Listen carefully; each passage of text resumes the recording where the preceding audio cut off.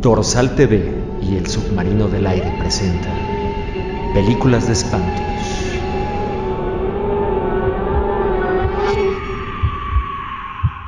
Efectivamente, muchachos, muy buenas tardes, muy buenas noches, muy buenos días, buenas madrugadas, sea cual sea el horario en el que usted está reproduciendo este archivo de audio. Es para mí un placer el volver a estar de nueva cuenta en contacto con todos ustedes. Yo me llamo Antonio Reyes Castañeda y hoy me llamaré Pandémico Tony debido a esta circunstancia que estamos viviendo. Ha habido una pausa importante en la entrega de estos podcasts, dado que pues estamos en una situación nunca antes vista en la humanidad.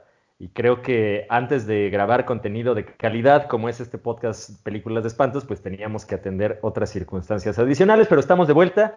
Insisto, muchas gracias por acompañarnos en estas circunstancias. Y el día de hoy, pues estamos de nueva cuenta en este podcast para traerle análisis, curiosidades, algunas cuestiones que tienen que ver con películas que nos espantan, con películas de espantos, como bien lo dice el título de esta encomienda.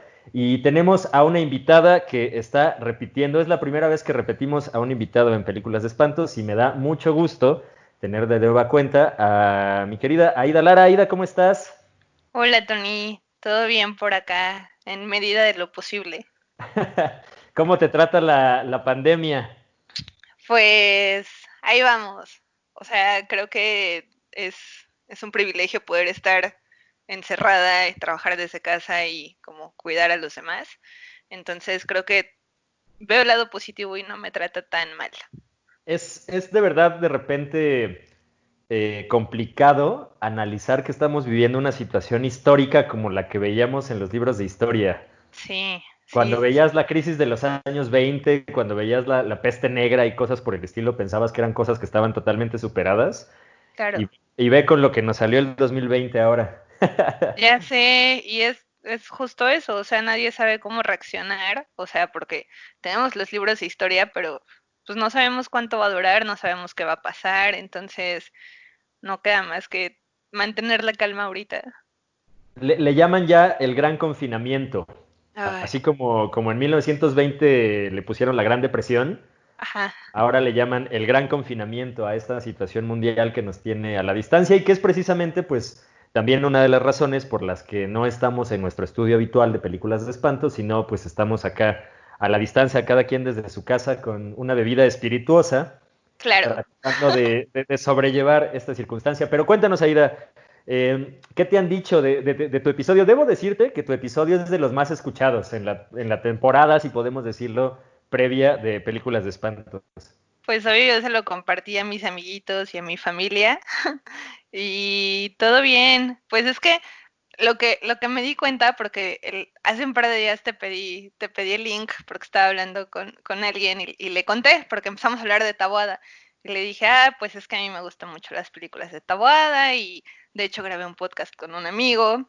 Ya se lo pasé y lo estaba escuchando otra vez.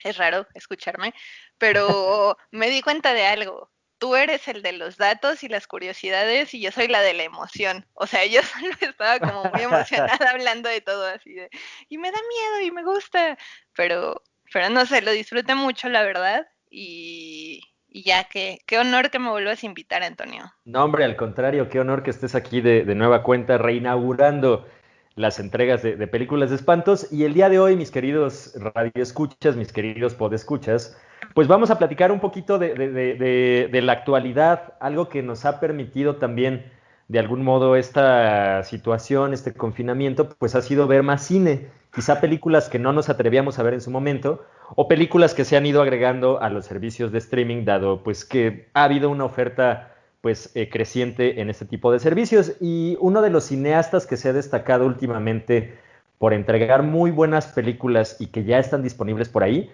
ha sido un realizador pues que está trabajando, no sé si tú compartas esta idea, mi querida Ida, con temas que tienen que ver hasta con la salud mental, como que el Totalmente. espanto está de un lado en lo sobrenatural, sí, porque toca temas sobrenaturales, pero también muchas cuestiones que tienen que ver con la salud mental.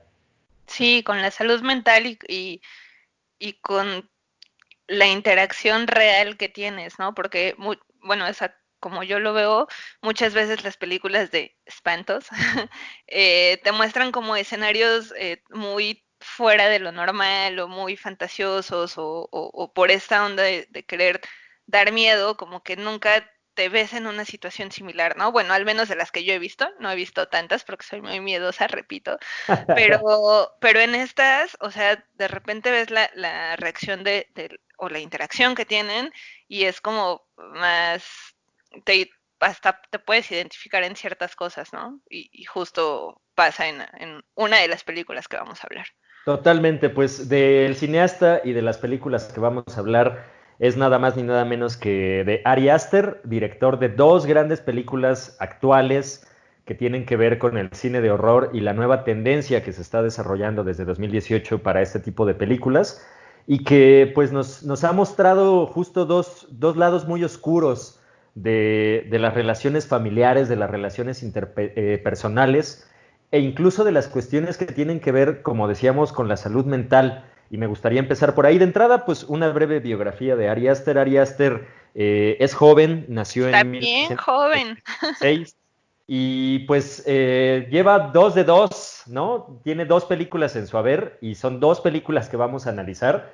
Es raro de repente que un cineasta debute, pues digamos, de una forma tan exorbitante que mantenga la calidad en ambos productos. Creo que por ahí, si me apuras, me acuerdo nada más de Edgar Wright o de Quentin Tarantino, por ejemplo, ¿no? Que Sí. empezaron con bombo y platillo y que son amantes y apasionados del cine, ¿no? Al final del día, Ari Aster pues tiene este background, por decirlo, de ser un chavito bien, de una familia acomodada, su papá era músico, su mamá escribía poemas, siempre estuvo un poco relacionado con el cine, pero decidió tomar la vertiente del cine de horror, mi querida Aida.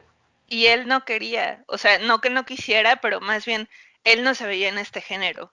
O sea, como que sí le gustaba toda la parte del cine, sí lo estudió y todo, y como que siempre iba hacia allá, pero él lo dijo en una entrevista, así de que él no se veía haciendo esto, pero se cachó como que siempre que hacía algo, porque tiene unos cortos antes así, que todo era muy oscuro y todo iba hacia allá, y entonces fue como el curso natural de su carrera, pero él no lo buscó en un inicio, ¿no? También eso es muy curioso porque le sale perfecto. Exacto, sí, sí.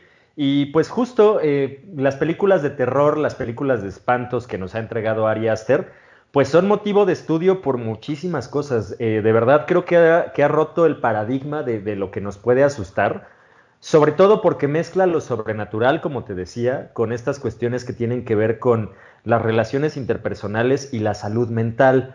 Creo que en sus protagonistas siempre vamos a encontrar este balance entre la falta de fe en algunas cuestiones, la pérdida quizá de algo que representa mucho para ellos, porque la pérdida y el luto creo que es un motivo central en las dos películas que ha dirigido, y al mismo tiempo, pues estas cuestiones sobrenaturales se entremezclan con los demonios internos, intrapersonales o psicológicos que puedan tener sus personajes y sus protagonistas. Sí, totalmente.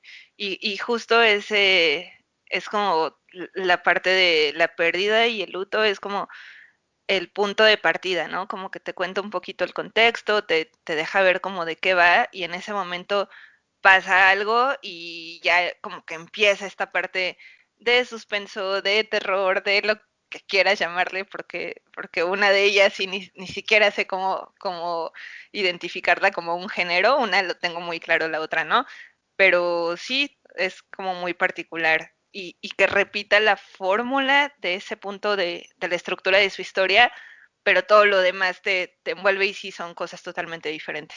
Exactamente, exactamente. Pues, digamos, terminando un poco en esta breve introducción, pues en una entrevista también, como mencionas, pues Ari Aster mencionaba la influencia del cine de terror en su posterior manera de escribir guiones. Por ahí mencionaba, y ahora sí, como dice un buen amigo, como dice Badía, y cito, Ay, saludos, por cierto, a la gente de Leyendas Legendarias. muchos Justo agoté, saludos. justo agoté la sección de horror de cada tienda de video que podía encontrar. No Sí, supe cómo para reunir personas quienes gastarían algo en esto. Me encontré justo escribiendo guiones, dice por acá. Lo cual pues te habla mucho de cómo encontró la estructura del cine de terror a partir de la escritura de los guiones y no tanto de la realización, que es algo importante, porque tú ya lo anticipabas. nos presenta una situación, nos plantea en un lugar, nos mete a una casa, nos mete a una familia, a una circunstancia donde va a pasar algo que va a detonar los siguientes eventos, pero tú te sientes parte de eso, eres como un Claro. observador, pero al mismo tiempo también eres parte de lo mismo, ¿no? Y pues debutó por ahí con un cortometraje llamado La cosa extraña sobre los Johnson, muy recomendable, de hecho está por ahí en Vimeo, si lo pueden ver, pero digamos que su primera experiencia en los largometrajes pues sería una película que a la fecha a mí me parece quizá una de las mejores películas de terror de la historia. Sin exagerar te puedo decir que creo que estamos frente a la mejor película de terror de la década y mira que tuvo películas como It Follows, tuvo películas como La Bruja, varias entregas por ahí, pero Hereditary creo que es punto y aparte, mi querida. Es punto y aparte, y de hecho, digo, lo mencioné la otra vez y lo digo ahora de nuevo, pero yo no veo muchas películas de terror porque realmente soy muy miedosa, pero justo dije, bueno, di por una circunstancia como oportunidad a ver otra vez películas de terror, y cuando fui a ver esta fue de que me tapaba los ojos y brincaba y se me salían grititos, pero realmente era todo el cine, o sea, ya sabes, solo me había pasado eso cuando fui a ver El Conjuro, que todos brincaron en una parte y todos nos reímos. No, en Hereditary era a cada momento, todo el tiempo todos estábamos así. Y justo lo platiqué con Hugo Corona, y decíamos esto, ¿no? Y alguien también mencionaba como puede ser el exorcista en nuestros tiempos, ¿no? Exacto. Por lo que representa en cuanto a terror. Y para mí era como, ok, me dio mucho miedo, pero realmente yo no tengo un punto de comparación, como mencionas tú, de películas de la década, ¿no? Creo que me tocaron ver muy buenas de las poquitas que vi, como porque vi The Witch, vi esta, ¿no? Entonces, sí me gustó bastante, pero realmente yo no tenía ese punto de comparación como para decir, wow, esta es la película de la década, ¿no? De terror. Totalmente, y le diste un punto muy importante. Incluso la promoción oficial de la película hablaba de esta cinta como el exorcista de nuestra generación.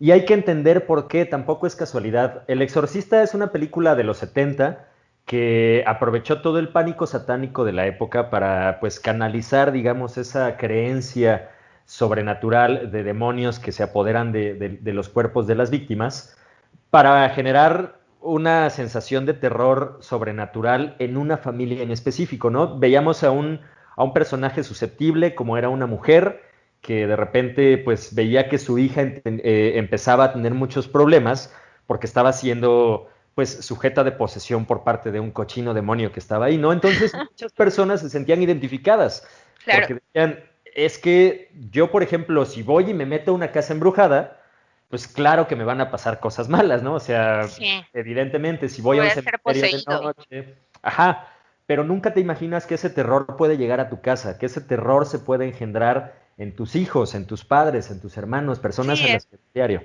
como lo mencionas, ¿no? Solo si tú lo provocas. Solo si tú vas y te metes a un cementerio o a una casa embrujada o juegas la Ouija o lo que sea. Pero realmente como que esté ahí. Exacto, ¿qué pasa si de repente está en tu casa y el mal te acecha? Ajá. Eso creo que es el primer gran punto de Hereditary, que desde el título te lo dice, ¿no? Hereditario. La verdad es que la traducción aquí en Latinoamérica no es la más afortunada, porque le pusieron El legado del diablo. Cuando creo que hereditario, o si me apuras, la herencia, si ya lo queremos ver muy telenovelesco, hubiera sido una buena traducción.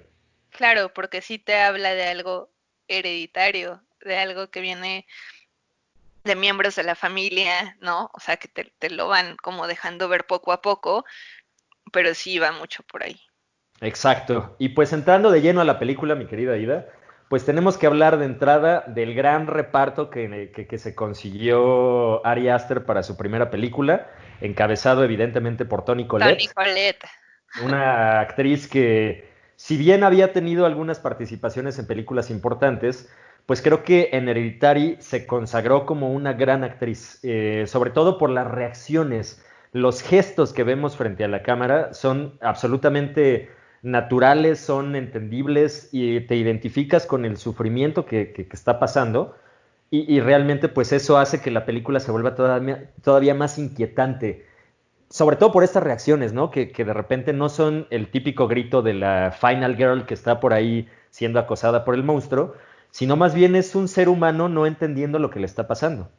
Claro, y viviendo como diferentes situaciones muy tristes y muy fuertes, pero inclusive no los toma como esperarían todos, ¿no? Digo, ahorita ya entraremos más allá en la película, pero en serio, como que sientes esa preocupación, sientes esa ansiedad, sientes esa angustia, como el no entender de lo que está pasando, te lo transmite increíblemente. Exacto. Y pues entrando de lleno ya al argumento de la película la podríamos dividir como en tres actos, ¿no? Justo muy clásico, en un planteamiento de inicio, nudo y desenlace, donde realmente vamos a ver cómo se desencadena todo. Pero lo que me gusta es la forma en la que nos lo va contando, ¿no? La primera escena, la primera secuencia, es una esquela fúnebre de pues una persona que acaba de fallecer en la que se nos dice que será velada en tal servicio funerario, se invita a la gente a que participen de este sepelio y pues se menciona a quienes son sus deudos, ¿no? Empezando justamente por su hija, que es el personaje interpretado por Toni Collette, su hija Annie, y su familia, ¿no? Que es su esposo y sus dos hijos, su hijo Peter y su hija Charlie. Aquí es el primer gran punto de la película, Ida, porque nos están invitando a nosotros como espectadores al sepelio. Nos están diciendo, mira, acaba de fallecer alguien, ven a que conozcas las circunstancias de su muerte. Y creo que eso le da una complicidad al espectador que nunca va a terminar de tener hasta el final de la película. Aquí esto creo que es un gran punto narrativo porque te engancha. O sea, tú realmente sabes qué es lo que está pasando con que solo te muestren una nota del periódico.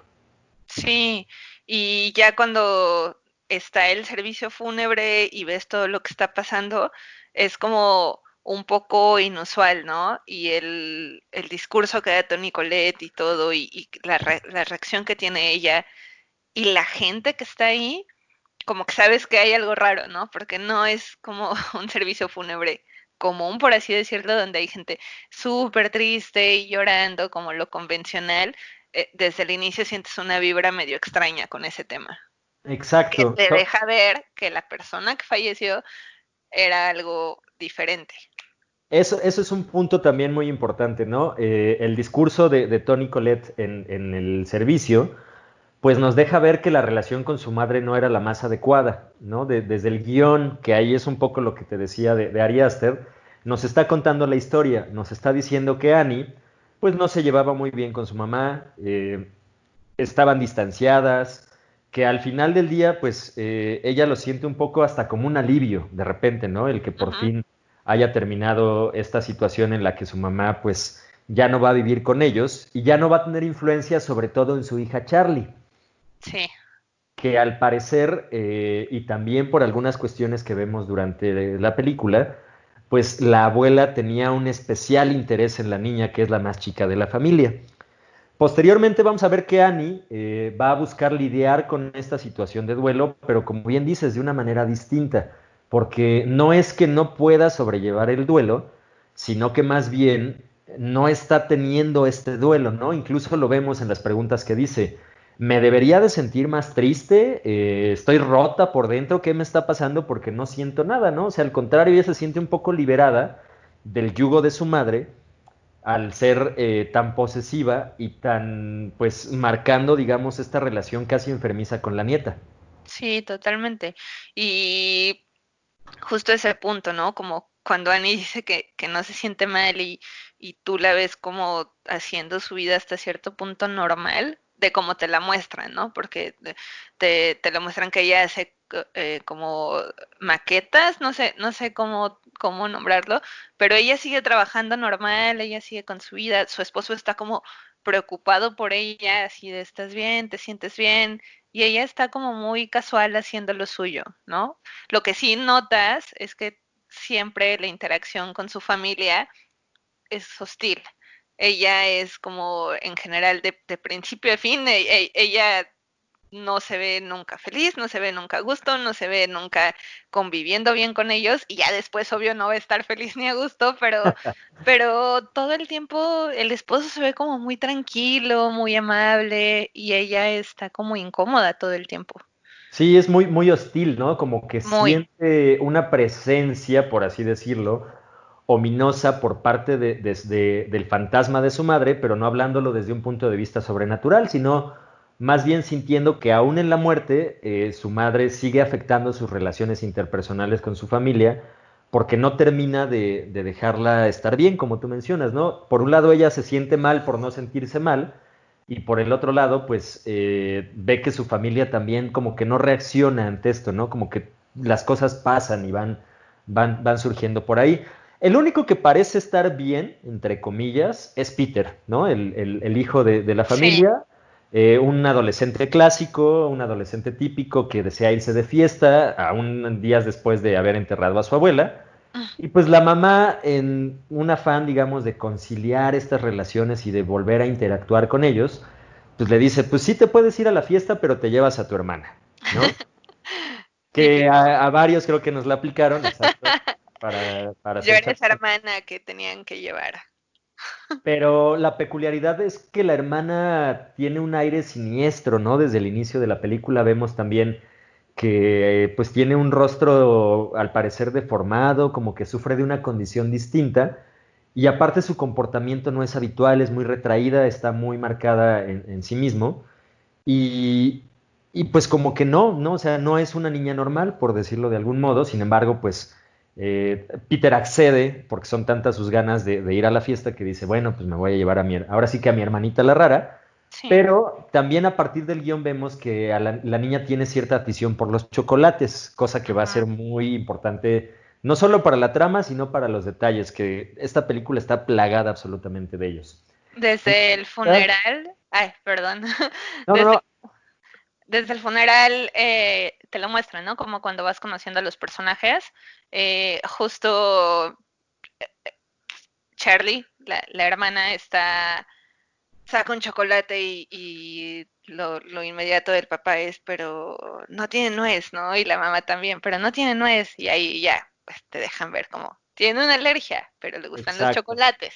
Entonces ya ahí como que vamos entendiendo. Y sí, o sea, está feo decirlo, pero sé que funciona perfectamente para la película y fue para eso, pero ves a la niña y sí tiene unos rasgos como deformes o te hace ver como si tuviera una condición mental también, como un retraso o algo, y te parece muy creepy cuando la ves y Claro.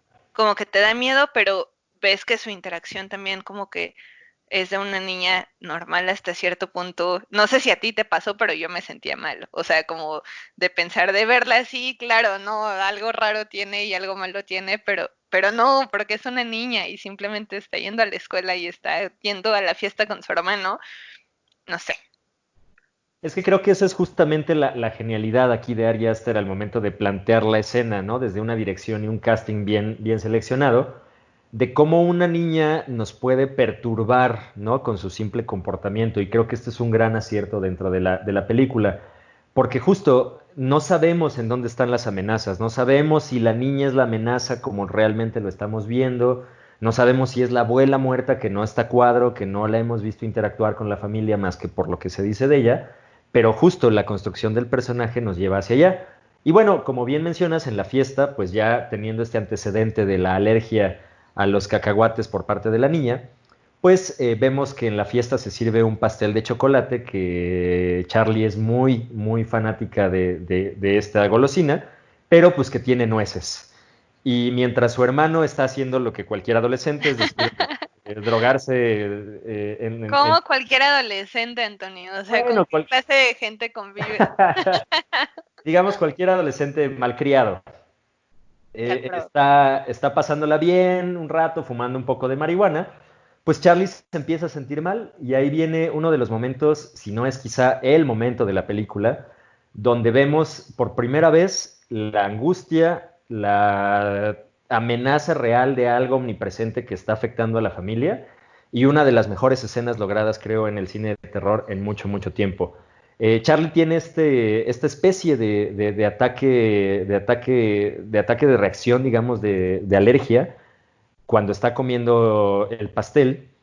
Charlie decide llevársela, perdón, Peter decide llevársela de la fiesta porque empieza a tener problemas para respirar. Y lo que vamos a ver es que previamente en un poste donde nos habían mostrado algo que no estaba marcado, hay una señal de que algo va a pasar en esa circunstancia, ¿no? Hay un símbolo por ahí. Hay un símbolo que se ve pero no se ve, No se entiende. cuidadosamente ocultado, donde pues finalmente mientras Peter va manejando a toda velocidad, todavía un poco bajo los influjos de las drogas, Charlie saca la cabeza para tomar un poco de aire porque se está asfixiando y viene el momento donde pues sin más ni más Peter pierde un poco el control de la camioneta, se acerca demasiado al poste y Charlie al llevar la cabeza por fuera pues termina decapitada contra este poste en la carretera. No, Mientras no, no, vemos no, a no, un no. Peter que no reacciona. Eso es lo primero a mí que me salta a la vista, la gran actuación de este muchacho, de este actor, de Alex Wolff. La reacción es no voltear, saber que pasó algo, saber que su hermana probablemente esté muerta y decapitada en el asiento de atrás, pero la imagen de ver a Peter frente al volante totalmente inmóvil, totalmente impávido, creo que es algo que hacía un silencio sepulcral en el cine cuando la veía. Sepulcral. Y de hecho, no, se me puso la piel chinita ahorita de acordarme justo de ese momento, te lo juro, porque justo cuando estaba en el cine, te digo que me estaba tapando la cara y brincando y bla. Cuando empiezas a ver que van en el coche, que Charlie va cada vez como más, no podía respirar, saca la cabeza por la ventanilla, ¿no? Y entonces tú sabes que algo va a pasar, porque la escena te está metiendo demasiado y sabes que algo va a pasar. Yo me tapé los ojos y lo único que escuché fue el golpe. Y te juro que ese golpe no se me va a olvidar en mucho tiempo. Volví a ver la película hace un par de meses aquí en la casa y no lo disfruté igual porque no sé, no se escuchó igual que en el cine el golpe, entonces ese momento es como clave. Y, y sí, justo la reacción de Peter fue como, ok, como en shock y siguió. Y no volteó nunca y tú sabes perfecto que ya todo se fue al diablo, pero es como él ahí bueno, voy a irme a mi casa a ver qué pasa. No me lo imagino. Sí, es la verdad escalofriante la reacción de un joven que no hace nada, como dices, simple y sencillamente pone la camioneta nuevamente en drive, se va a su casa normal, la estaciona, sube, se mete al Sube a cuarto su cuarto, se y acuesta, no hace nada por ocultar, por lo que acaba de pasar, no tratando le de avisa no. a sus papás, no le avisa a nadie. Es una Y gran actuación, una actuación muy, muy bien marcada, muy bien dirigida también, porque te deja en la misma situación de shock de decir, pero ¿cómo es que no está pasando nada? ¿No? Y no, aparte, creo que aquí también hay un tema muy interesante a nivel realización, porque nunca vemos qué pasa con la cabeza, ¿no? O sea, como dices, escuchamos el golpe, pero al igual que Peter, nunca nos atrevemos a voltear. claro, y lo único que pasa es que ves a Peter, ya es de día, obvio no se duerme, obvio está acostado en su cama con cara de no sé qué está pasando en la vida, y a lo lejos escuchas el grito de la mamá. O sea, escuchas como un movimiento de, ay, ya se despertaron, ya se van a ir a trabajar, ya lo que sea. Y escuchas como estas voces, ¿no? De los papás hablando y de repente el grito desesperado y ahí, de ahí en adelante ya todo es angustia. Es una espiral descendente, como No, dicen no, por ahí. no puedes parar. Y justo ese es el momento que a mí me gusta mucho como realizador de Ari Aster, porque no hemos visto nada, estamos en la misma situación que Ujú. Peter, y tú dices, bueno, pero ¿qué pasó? O sea, intuyes que a la niña se le destrozó la cabeza, que le pasó algo por esa situación, pero el cineasta nunca te lo muestra. Pero es hasta que descubrimos el grito, como mencionas, de la mamá, cuando ella también descubre el cuerpo de su hija, que en ese momento Ari Aster nos mete un primer plano donde vemos la cabeza decapitada de la niña en la carretera llena de hormigas No, no, no. durante más de 2, 3 cuadros, que es una imagen que te va a atormentar el resto de tu vida, definitivamente.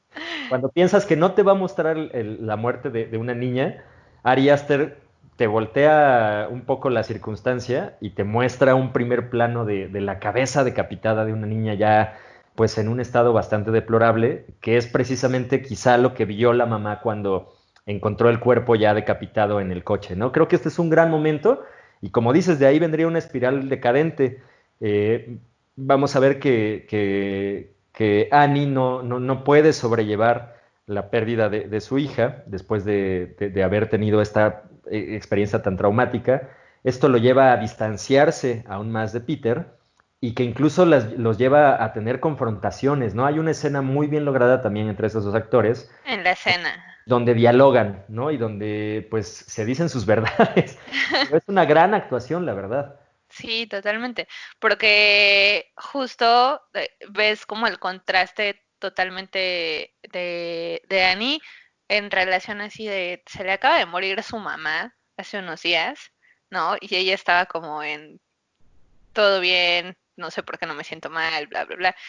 Pasa lo de la hija y aquí se destroza y ves como no puede ni siquiera estar de pie, ¿no? Porque está real destrozada y sí, justo es como muy triste, ahora sí saca todo, está en esto, y como mencionas, ¿no? Se aleja de su hijo, todos saben que es un accidente, pero claro que ella en su cabeza es, pues, que él tiene la culpa, ¿no? Y esto se menciona en la cena, están cenando, el papá en mediador, como muchos papás mediadores en la vida, y empiezan a discutir y Peter le dice, ya dime que estás enojado conmigo, ya dime que sientes que yo tengo la culpa, ¿no? Y explotan los dos y empiezan a discutir los dos y es muy triste, ¿no? Porque ¿cómo lidias con eso, ¿no?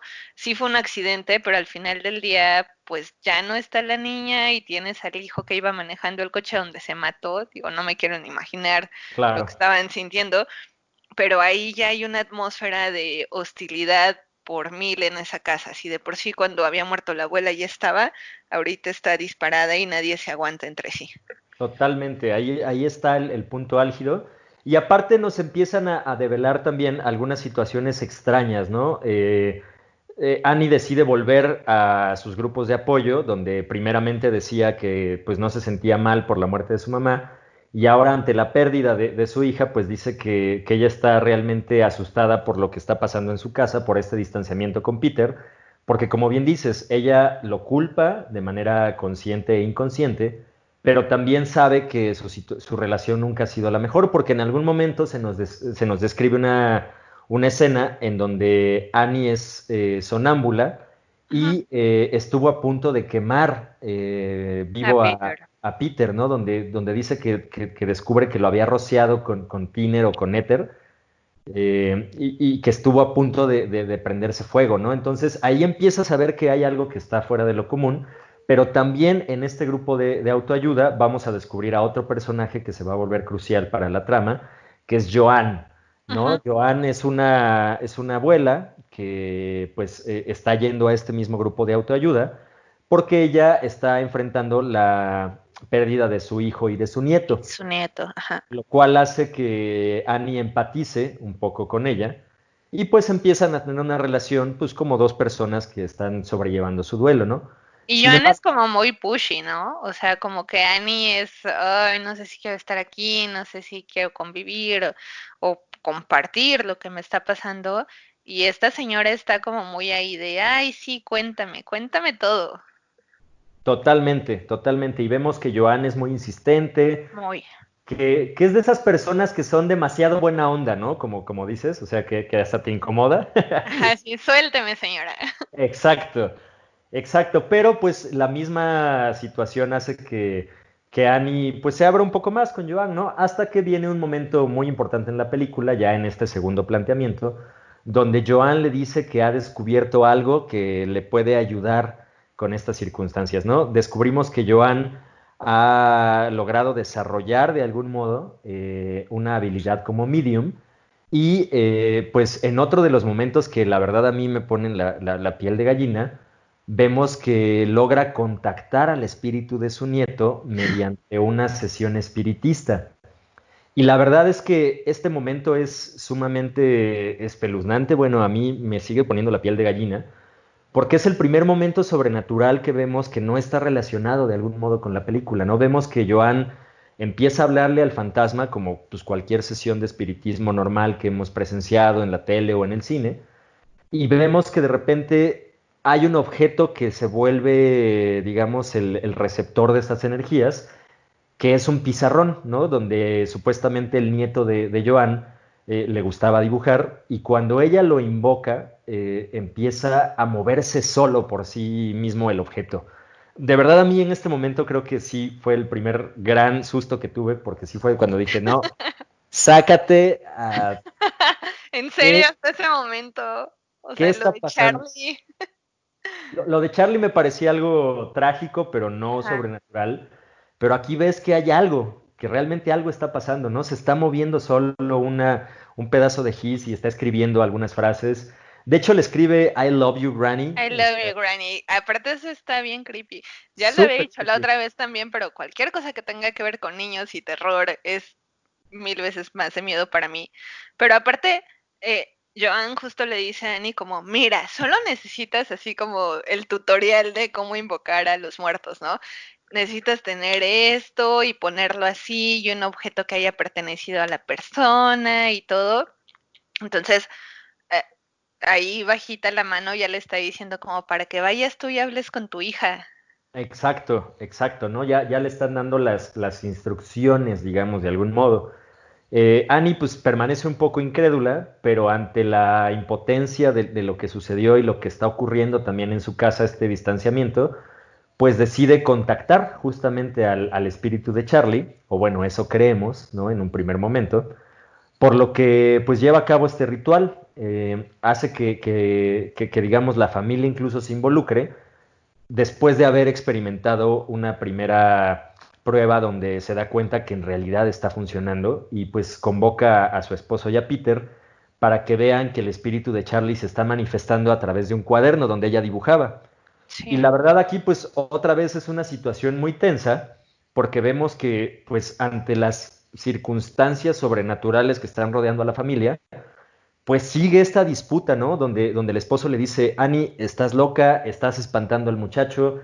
El muchacho se pone a llorar por lo mismo, no entiende qué está pasando, porque además a él le da miedo el espíritu de Charlie. Él sabe que Charlie puede regresar a vengarse, él se siente culpable y siente que si invocan a su espíritu puede regresar para ser vengativo con él, para hacerle pagar por su error.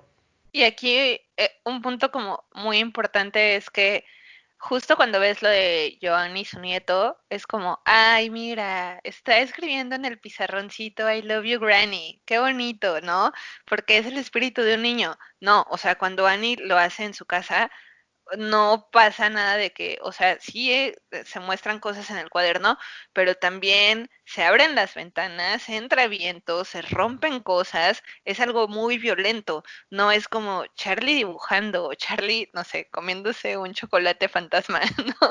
¿No? O Claro, sea, esto es algo muy violento y que te deja ver qué onda con el espíritu de Charlie, o sea, por qué está tan fuerte todo esto, ¿no? y aparte se le mete a Annie, o sea, de repente llega un momento en el que Annie es posesa por el espíritu de Ujú. Charlie y empieza a hablar como ella, y la verdad eso también es tétrico, ¿no? A nivel, pues no sé si decirlo como actuación o algo, porque Toni Collette logra una gran interpretación, pero cuando ves que un adulto empieza a hablar como niño o empieza a hablar distinto, la Sí. verdad es que ahí todo el mundo también tuvo una expresión de terror absoluto sobre lo que estaba sucediendo, ¿no? Pues esto lleva evidentemente a que la familia se distancie aún más. Annie se da cuenta que tal vez no es lo más sano invocar al espíritu de una niña muerta y decide quemar el objeto que fue la que la trajo, que es esta libreta donde ella dibuja, pero se da cuenta que cada vez que lo intenta quemar, ella es la que empieza a encenderse en llamas. lo Sí. cual nos empieza a dar pistas también de lo que está pasando, ¿no? Es algo que ya hiciste y que no vas a poder deshacer. Y creo que aquí nos saltamos un punto bien importante y es un recurso que utilizan todo el tiempo. Y de hecho me acabo de acordar que esto tú y yo ya lo habíamos hablado, porque Charlie hacía un ruido con su boca, como que Claro. tronaba la boca, ¿no? Muy, muy particularmente. Ajá. Y me acuerdo porque un día tú y yo, amigos, Tony y yo trabajábamos juntos, un día salimos de la agencia, íbamos a cruzar la calle y escuché algo raro y te dije, ¿escuchaste eso? Y me dijiste, ¿ya viste Hereditary? Y yo te dije, no. Y cuando la vi fue como, qué miedo, porque justo era un sonido así. Y entonces, este sonido, ya aun cuando no está Charlie, lo empiezas a escuchar. Exacto, que es algo que también hace muy bien Ari Aster, ¿no? Construye personajes a partir de los sonidos, de sus personalidades, y es un ruido cualquiera, es un ruido que haces con la boca, es un, ¿no? Muy Sí, normal, vaya. pero que solo lo hace ella. Entonces, cuando ves que los fantasmas empiezan a hacer este ruido, o que la misma Annie empieza a hacer estos ruidos, pues te das cuenta que sí es Charlie, ¿no? Dices, por supuesto que hay algo ahí que está pasando y que es algo sobrenatural, definitivamente. Esto, pues, como decíamos, hace que Annie empiece a tener miedo, va a buscar a Joan para buscar soluciones, pero no encuentra nada. Y vemos la primera gran revelación, donde ella nota algo extraño en el tapete que está a la entrada de la casa de Joan y se da cuenta que su mamá tenía un tapete muy similar, ¿no? Digamos, pues bordado de cierta manera, con ciertos colores, y eso la hace regresar a su casa y a buscar los Las objetos de su cajas. mamá. Y ahí descubrimos que Joan ya conocía a su mamá, ¿no? A Ellen, pero que aparte formaban parte de un culto a algo, no sabemos a qué, pero pues pareciera ser que es un culto de adoración a algo que hacía que Ellen tuviera una relación muy particular con el resto del culto, ¿no? Porque vemos que hay fotos donde ella está celebrando, donde ella aparece como Todo si es fuera como muy feliz. y como si fuera la sacerdotisa Ujú. principal, ¿no? Nos damos cuenta ahí que hay algo extraño y pues eso hace que evidentemente pues la situación se vuelva un poco más tenebrosa. También hay otro elemento importante mientras todo esto está pasando y es que la casa empieza a tener un olor muy particular, ¿no? Que no saben de dónde proviene, que no saben qué es lo que está pasando porque la casa empieza a oler muy mal, empieza a haber un olor fétido. Pero eso hace que también Annie empiece a atar cabos y decide buscar en el ático de la casa algo que está pasando por ahí.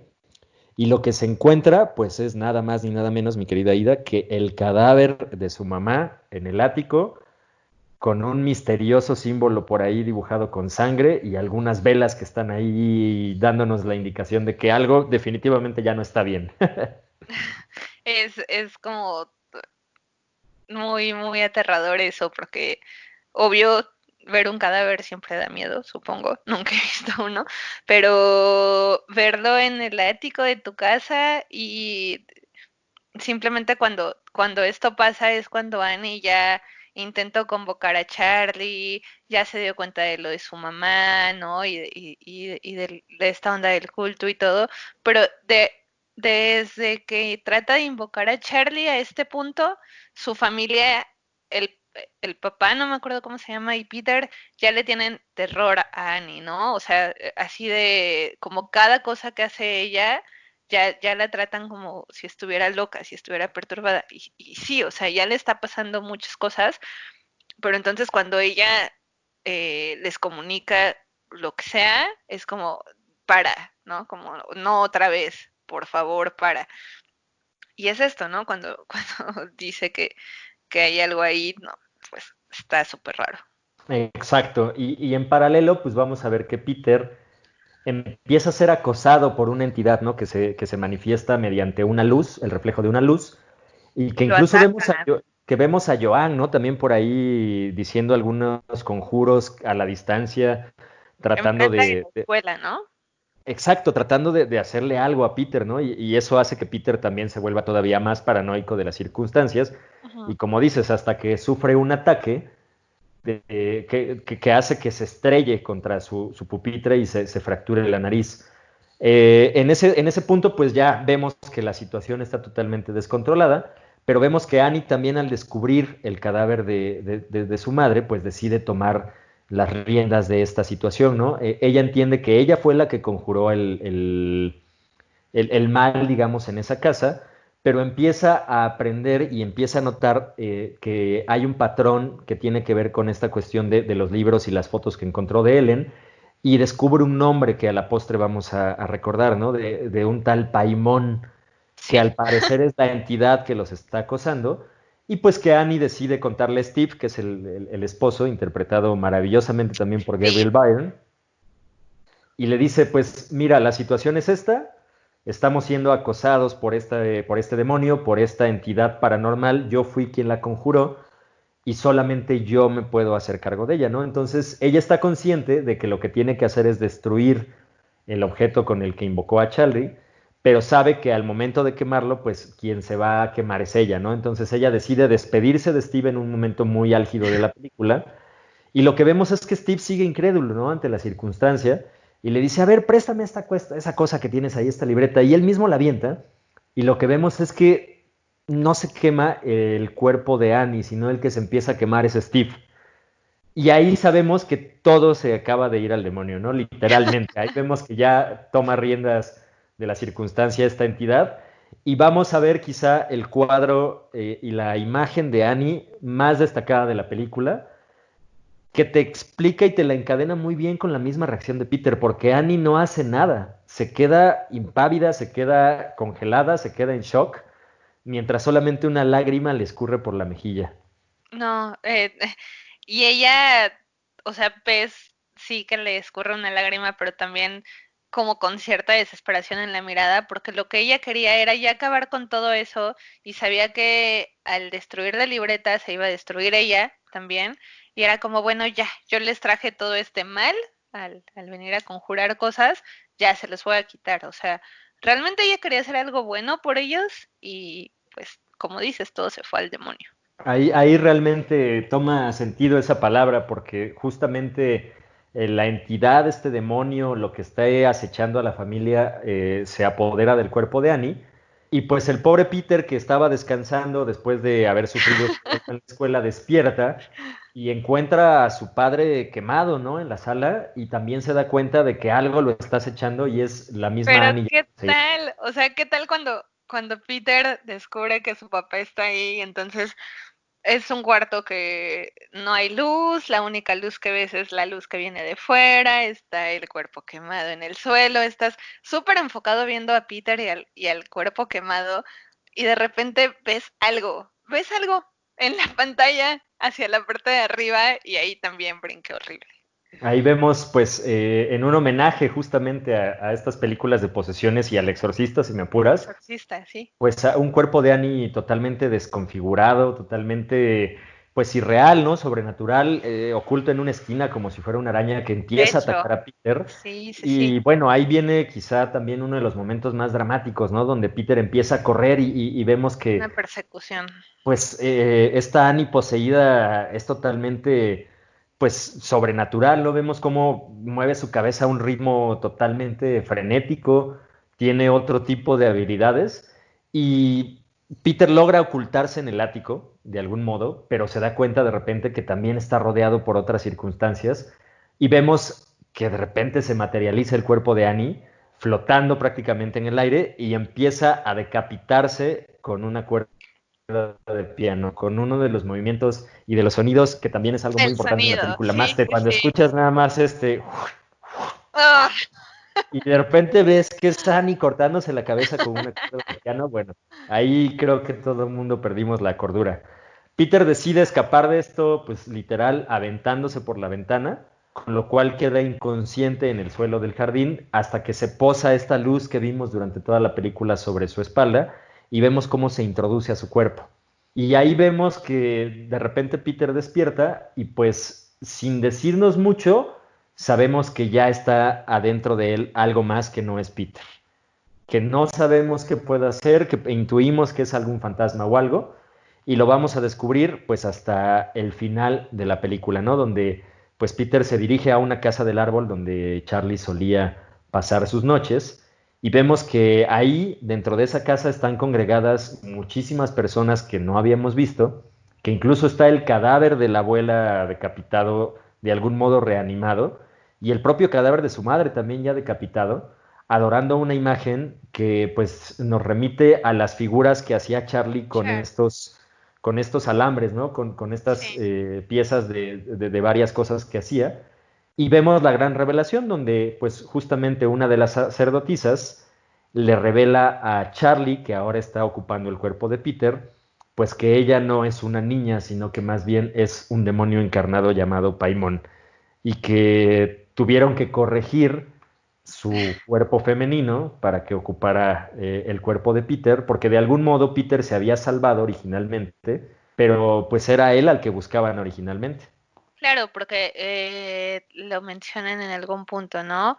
Que la abuela desde que nació Peter como que quería cuidar a Peter, como consentirlo, te lo dejan ver así como de, ay, la abuelita, ¿no? Quería cuidar al nieto, pero no, realmente quería a Peter porque, pues, obvio iba a convocar a este demonio a través de él, la mamá no lo dejó y lo Exacto. mencionan así como que le dio a Charlie y entonces pues Charlie era mujer, no se podía, entonces pasó todo esto hasta llegar allá y, y te vuelven a mostrar este símbolo, ¿no? Este símbolo que ya hasta ese momento dices, claro, y ya te acuerdas, ok, ese símbolo lo tenía en el collar la abuela el día que murió, y este símbolo estaba en el poste cuando Charlie murió, y este símbolo estaba en el tapete, ¿no? Y ya como que vas entendiendo muchas cosas hasta ese momento, pero justo en la parte cuando entra a la casita del árbol, está bien rara porque justo dices como que se cayó Peter, ¿no?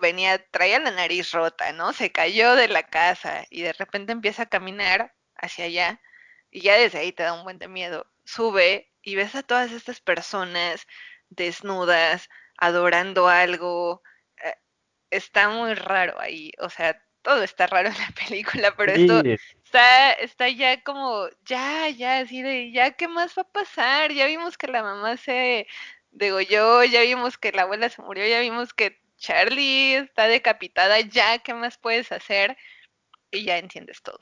está incluso los cadáveres, ¿no? Lo que decíamos, lo cual lo hace pues todavía más tétrico y pues el cierre es justamente esto, ¿no? Donde entendemos que el demonio Paimon siempre fue digamos, el que estaba metido en Charlie. Digamos que Charlie pues nunca fue una niña, sino más bien era un demonio con esta forma de niña, quizá por eso sus malformaciones y pues que al final lograron su cometido, ¿no? De vivir en el cuerpo de Peter y terminamos con un salve o Paimon totalmente, pues, determinante para la trama y que nos da el gran cierre de esta película, ¿no? La verdad es que es un gran filme, es una gran experiencia de terror, sobre todo por esto, ¿no? Vemos relaciones muy destructivas entre padres y sus hijos, entre las mismas mamás y sus mamás, ¿no? Que es algo que pues habitualmente no pasa. Las abuelitas son símbolos de bienestar, símbolos de estar bien en tu familia, quizás hasta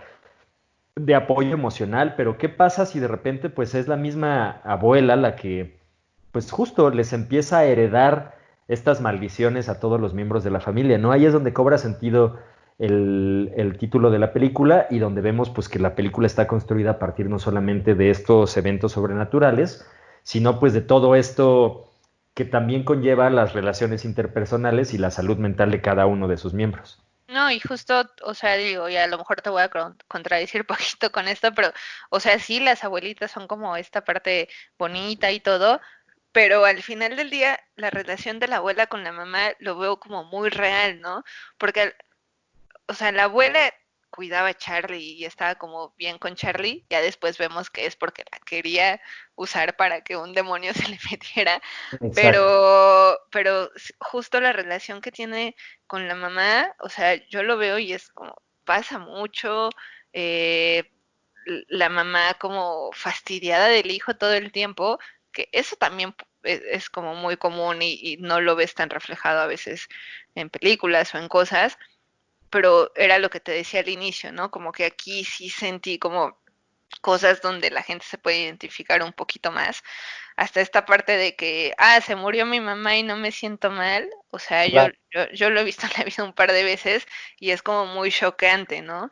Pero pasa y es como, ok, ya la parte de la posesión y eso sí nunca me ha tocado, y ojalá no me toque, pero me encantó la película y sí me da pavor. Sí, pues es algo muy relevante, como dices, ¿no? O sea, eso también conlleva a que te identifiques con ello, porque son relaciones personales destructivas que quizá todo mundo hemos sido susceptibles de ello, pero pues aquí lo extrapola, ¿no? O sea, donde dice, pues sí, ahora sí que era una familia tóxica, pero pues por algo sobrenatural que los estaba ahí acechando y hace que todavía cobre mayor sentido el distanciamiento y la injerencia de la abuela hacia los hijos de Annie que terminan siendo pues víctimas de todo ello, ¿no? Hay un detalle que omitimos también donde justamente Annie tenía un hermano y el hermano se suicidó porque decía que su mamá le había puesto gente dentro, ¿no? Donde te Sí, dice, bueno, tal vez sufren de esquizofrenia, sufren de paranoia, porque pues todos están viendo sí estas lo cosas que están mencionaban, ¿no? realmente También. ahí, Ajá. claro, pero al final ves que pues no era eso, ¿no? Sino era una situación ahí determinante. Con eso, pues llegamos al fin de Hereditary, que es una gran película y que dejó la vara muy alta para Ari Aster. Y pues sí, después de esta gran entrega, Ari Aster definitivamente no se iba a quedar nada más con ese garbanzo de Alibra, mi querida Ida. Ya se me está trabando la lengua, fíjate. Y pues vendría con su segunda película, una película un poco distinta, una película más apegada al folclore, al terror, pues, ¿cómo diríamos? Justo al terror folclórico, al terror primitivo, al terror de otra época, porque pues, no sé, de algún modo yo no recuerdo haber visto tanto Wicker Man o otro tipo de películas que hablan de este tipo de cuestiones, de tradiciones más ancestrales, ¿no? Incluso precristianas, casi, casi. Y pues la verdad es que esta película, más allá de esta situación que nos está explicando, pues también creo que se centra en un gran punto que es la ansiedad y la depresión, el manejo de estas emociones y de la codependencia en las relaciones personales. Y hablo, por supuesto, de una película que salió el año pasado, que generó mucha expectativa por ser justamente la segunda entrega de Ari Aster, y que nos iba a contar un cuento de terror enclavado en el folclore escandinavo, por allá en Islandia, que se llama Midsommar y que también tuvo un terrible nombre adaptado por acá en Latinoamérica, que me parece, no lo tengo bien ubicado, pero creo que se llama El terror también sucede de día o algo por el estilo.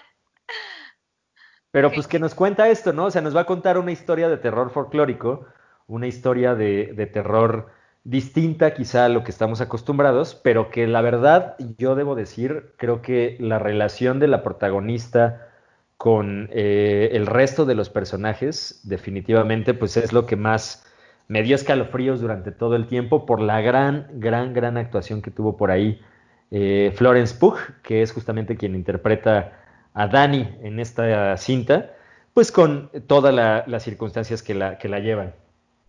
Justo esta chica, yo tenía muchas ganas de ver Midsommar cuando salió, se me pasó en el cine y ya no pude, y después vi Mujercitas, nada que ver con Midsommar, pero apenas la vi a ella en Mujercitas, ¿no? Y me pareció muy buena su actuación y todo, y justo veía que muchas de mis amigas y como muchas críticas y todo era como, wow, Florence, la amamos, no sé qué. Y yo, ok, sí, o sea, siento que es buena actriz, pero ¿por qué? Y ya cuando vi Midsommar sí fue como, ok, sí es increíble ella.